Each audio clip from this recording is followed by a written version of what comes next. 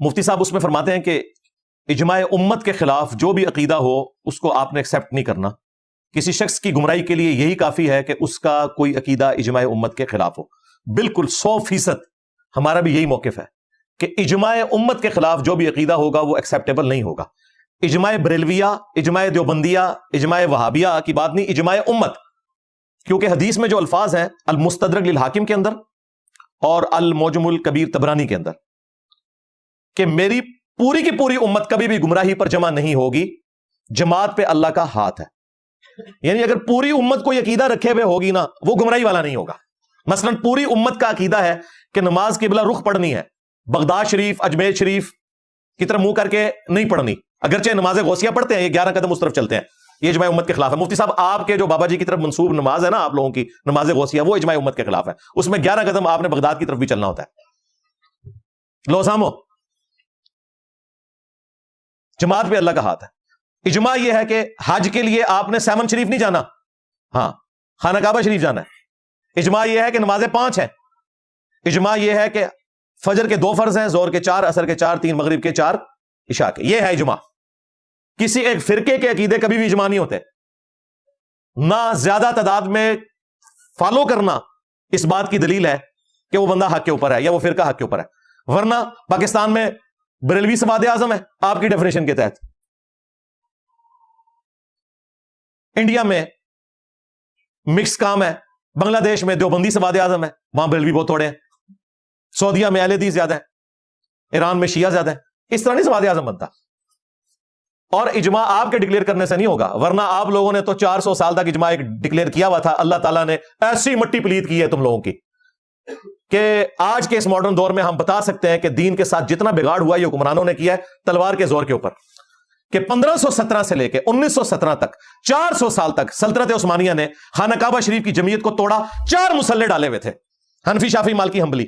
اور مزے کی بات آپ کو بتاؤں، پاکستان بننے سے پہلے جتنی حج عمرے کی کتابیں ہیں نا ان میں باقاعدہ نقشہ بنا ہوا ہے کہ آپ حنفی ہیں، آپ نے اس امام کے پیچھے نماز پڑھنی ہے. جی یہ مفتی اکمل صاحب کے جو پیر صاحب ہیں باپا جانی، جن اعلیٰ حضرت کے یہ لوگ ماننے والے ہیں، ان کے خلیفہ جنہوں نے بار شریعت لکھی ہے مفتی امجد علی، انہوں نے بار شریعت میں باقاعدہ نقشہ بنایا ہوا ہے کہ یہ حنفی امام یہاں پہ کھڑا ہوتا ہے تو ایتھے نماز پڑھنی ہے. تو یہ تو اجماع کیے بیٹھے تھے. آج کی طرح تمہارے مسلح 100 سال ہوئے ہیں، اللہ تعالیٰ نے اٹھا کے پرے مارے ہیں. تو تم 400 سال تک تو اسے اجماع بنائے ہوئے تھے. اس وقت کوئی سمجھاتا کہ کعبے میں 4 مسلح نہ ڈالو یار. ایک طرف کہہ رہے ہو چاروں امام حق پہ ہیں، مسلح پھر 4 ڈالے ہوئے ہیں، پھر ایک دوسرے کے پیچھے پڑھو نا. چلو یہ کر لو کہ فجر کی نماز سارے حنفیوں کے پیچھے پڑھ لیں، زہر کے سارے پڑھ لیں شافیوں کے پیچھے. نہیں، پیرلل میں نمازیں ہوتی تھی کیونکہ ایک دوسرے کے پیچھے نماز کے قائل ہی نہیں ہے. تو تمہارا اجماع تو مر گیا. 400 سال تک اجماع کر کے رکھا نا. اس طرح نہیں اجماع ہوتے. اجماع ہے پوری امت ایک بات کرے. میجورٹی کا اجماع نہیں ہوتا. میجورٹی تو پھر یزیدی لشکر کے ساتھ تھی، لیکن ایک گروہ حق پہ تھا امام حسین علیہ السلام کا. اور یہی چیز ہے جو بخاری مسلم میں حدیث ہے، میری امت کا ایک گروہ قیامت تک حق پہ قائم رہے گا. اور جب اجماع امت ہو رہا ہوگا نا تو وہ گروہ بھی اس اجماع کا حصہ ہوگا، ظاہر ہے، کیونکہ پوری امت ایک بات کر رہی ہوگی. اور اگر اختلاف آ جائے گا تو پھر دلیل کی بنیاد پہ دیکھا جائے گا. ایک گروہ ایسا ضرور ہر زمانے میں رہے گا جو مخالفت کرے گا ان بدعات کی، خرافات کی، شرکی عقائد کی، گستاخانہ نظریات کی جو امت میں سو کالڈ بزرگان دین نے جاری کی ہیں. وہ ہمیشہ رہے گا. بخاری مسلم کے الفاظ ہے قیامت تک ایک گروہ حق پہ قائم رہے گا، کوئی نقصان پہنچانے والا اسے نقصان نہیں پہنچا سکے گا، وہ غالب رہیں گے. اس پہ امام بخاری نے باب باندھا ہوا اہل العلم، یہ لکھ کے انہوں نے فرقہ بازوں کو بھی پھکی دے دی اور سو کالڈ جہادی تنظیموں کو بھی پھکی دے دی، کیونکہ وہ اس حدیث کو یوز کرتے تھے نا جی قیامت تک ایک گروہ قتال کرتا رہے گا حق کی خاطر. امام بخاری نے کہا قتال کا مطلب صرف تلوار کے ذریعے جہاد کرنا نہیں ہے، اہل علم اپنے علم کے ذریعے بھی جہاد کرتے ہیں، یہ بھی قتال ہے. اور یہ قتال بعض اوقات زیادہ مشکل ہوتا ہے. آج کے دور میں آپ دیکھ لیں. لہذا وہ جو حدیث ہے ابو داؤد میں ترمذی والی سند جو ہے مانا علیہ و صحابی، وہ کمزور ہے. شیخ البانی نے اسے ضعیف جمع ضعیف لگا کے حسن درجے تک پہنچایا شواہد کی بنیاد پہ. اصل جو حدیث ہے وہ ابو داؤد والی ہے کہ میری امت 73 میں بٹ جائے گی، ایک گروہ حق پہ قائم رہے گا، 72 جنمی ہوں گے. اور فرمایا وہ الجماع ہے، یعنی مین سٹریم جماعت امت کی. اور پھر میری امت میں ایسے فرقے پیدا ہوں گے جن میں ایسی بدعات داخل ہو جائیں گی جیسا کہ باولا کتا کسی کو کاٹ جائے اس کے ایک ایک رگ و ریشے کے اندر اس کا حلق پہنچ جاتا ہے. یہ اسی حدیث میں ہے. یہ باولا کتا کون سا ہے جو کاٹ جائے تو بد عقیدگی پھیلتی ہے. یہ باولا کتا کرکٹر نہیں ہوتا، اسکواش کا پلیئر نہیں ہوتا، مولوی ہوتا ہے، صوفی ہوتا ہے، بزرگان دین ہوتا ہے. اور اگر سمجھ نہ آ رہا ہو، دوسرے کا بزرگان دین، جس طرح بریلوی کہتے ہیں مریض الامت، دیوبندی کہتے ہیں حکیم الامت، بندہ ایک ہی ہے اشعری تھانوی. دیوبندی کہتے ہیں مجدد دین بدعت، بریلوی کہتے ہیں مجدد دین و ملت، بندہ ایک ہی ہے احمد بریلوی. تو سوچنے کا انداز ہے. جی انجینئر صاحب ہمارے بزرگوں کو نہیں مانتے، آپ دوسروں کے بزرگوں کو مانتے ہیں؟ نہیں ہم نہیں مانتے. تو بس انجینئر صاحب تو آپ کے ساتھ ہی ہے. ہاں آپ بزرگوں کا احترام کرتے ہیں؟ جی اتنا ہی کرتے ہیں جتنا کہ آپ دوسروں کے بزرگوں کا احترام کرتے ہیں. بس ختم، بس ہوا نکل جائے گی. اینی ساری گل کرو. وہی چشمہ جس چشمے سے تم ہمیں دیکھتے ہو، ذرا اپنے اوپر بھی لگا کے دیکھا ہے کبھی؟ اور ہر کوئی اپنے آپ کو جنتی گروہ ڈکلیئر کیے ہوئے ہے. اور بعض لوگ جب ہم فرقہ واریت کے خلاف بولتے ہیں وہ کہتے ہیں نہیں جی یہ ایک تو فرقہ حق پہ ہوگا. ہم نے کہا بھائی فرقے کا لفظ نہیں ہے اس میں، ایک گروہ حق پہ ہے. فرقہ تو ہوتا ہے ٹوٹ کے الگ ہونے والا. نبی الاسلام تو فرقہ نہیں تھے، وہ اصل درخت تھا، اس سے ٹوٹ کے جو الگ ہوئے وہ فرق ہوئے. اصل تو اپنی جگہ پہ موجود ہے. 73 فرقے اس لیے بات ہوئی کہ وہ اصل جو ہے نا وہ بٹ کے 73 ہو گیا. ان میں ایک وہ بھی تھا اور 72 ٹوٹ کے الگ ہوئے. لیکن وہ جو 72 ٹوٹ کے الگ ہوئے وہ جس ایک سے الگ ہوئے وہ فرقہ نہیں تھا. فرقے یہ بنے، وہ تو اپنی اصل ہے. اہل البیت صحابہ اکرام اور نبی صلی اللہ علیہ وآلہ وسلم وہ اصل میں. اور نہیں جی نبی الاسلام نے تو فرمایا سی نا فرقے تو ضرور پھر بڑھن گے. اور نبی الاسلام نے یہ کہا تھا کہ فرقے بناؤ. قرآن میں وَاعْتَصِمُوا بِحَبْلِ اللَّهِ جَمِيعًا وَلَا تَفَرَّقُوا، اللہ کی رسی یعنی قرآن کو مضبوطی سے پکڑ لو، فرقوں میں مت بٹو. اور مسلم شریف کی حدیث میں آیا کہ قرآن اللہ کی رسی ہے. اور دوسری چیز اہل البیت ہے. نبی الاسلام قرآن کے خلاف کہہ سکتے تھے فرقے بناؤ؟ یہ آپ نے غیبی خبر دی ہے. جس طرح کہ صحیح مسلم میں حدیث ہے قرب قیامت میں عورتیں ایسا لباس پہنیں گی گویا کہ ننگی نظر آئیں گی. اس کا کیا مطلب ہے کہ اپنی بیویوں کو ننگا لباس پہناؤ؟ یہ تو خبر دی جا رہی ہے کہ یا تو وہ لباس چست ہوگا یا باریک ہوگا، یعنی کہ تم نے یہ کام نہیں کرنا. تو یہ خبر تھی کہ فرقے بن جائیں گے. تم نے فرقہ واریت میں نہیں پڑھنا. وَاعْتَصِمُوا بِحَبْلِ اللَّهِ جَمِيعًا وَلَا تَفَرَّقُوا، تم نے ابراہیمی ملت کو نہیں چھوڑنا، مسلم رہنا ہے. ملت ابیکم ابراہیم هو سماکم المسلمین من قبل وفی ھذا، پیروی کرو اپنے باپ کی ملت کی، ابراہیم کی، جس نے اس قرآن کے نزول سے پہلے تمہارا نام مسلم رکھا اور اللہ نے بھی اس کتاب میں تمہارا نام مسلم رکھا.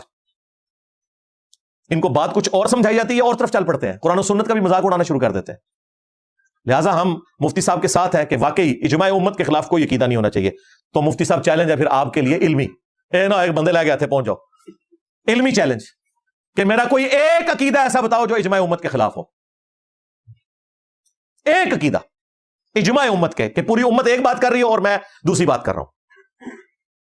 اور میرا کوئی ایک عقیدہ ایسا بتاؤ جو مجھ سے پہلے پلانٹ ارتھ پہ مسلمانوں میں وہ عقیدہ نہ ہو. ایک عقیدہ بتا دو. اگر میں رفع الیدین پہ زور دیتا ہوں تو تمہارے جو پیران پیر ہیں عبد القادر جیلانی، انہوں نے بھی نماز کا طریقہ رفع الیدین کے ساتھ لکھا ہے، رکوع میں جاتے وقت اور رکوع سے اٹھتے وقت غنیۃ الطالبین میں. لیکن میں ان کی وجہ سے نہیں کرتا، یہ تمہیں بتا رہا ہوں. ہم تو کر رہے ہیں بخاری مسلم میں نبی الاسلام کا طریقہ رپورٹ ہوا ہے. تو یہ میرا تفرد نہ ہوا. مسلمانوں کے 4 بڑے جو گروہ ہیں، حنفی، شافعی، مالکی، حنبلی، بلکہ 5واں آپ جعفری بھی شامل کر لیں، ان میں سے 4 رفع الیدین کے قائل ہیں، صرف حنفی نہیں کرتے. لہذا میرا تفرد نہ ہوا. سواد اعظم تو پھر علمی طور پہ یہ لوگ ہوئے کہ وہ فقہ حنفی جو بنو عباس کے تلوار کے زور کے اوپر پھیلائی گئی 3 بر اعظموں میں، وہ سواد اعظم ہوگی، یا جو علمی طور پہ غالب ہیں وہ سواد اعظم ہوں گے؟ سواد اعظم کی ڈیفینیشن بھی غلط کر دی انہوں نے. علمی طور پہ عظمت والا جو گروہ ہوگا.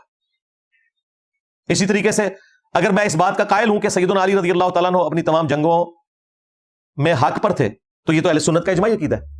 اگر حضرت معاویہ سے ہم علمی اختلاف رکھتے ہیں تو بھائی شیعہ تو ہم سے 4 ہاتھ آگے ہیں، وہ تو ان کے امام کے بھی قائل نہیں ہے. ہم جو عقیدہ رکھتے ہیں وہ بخاری مسلم سے ثابت ہے.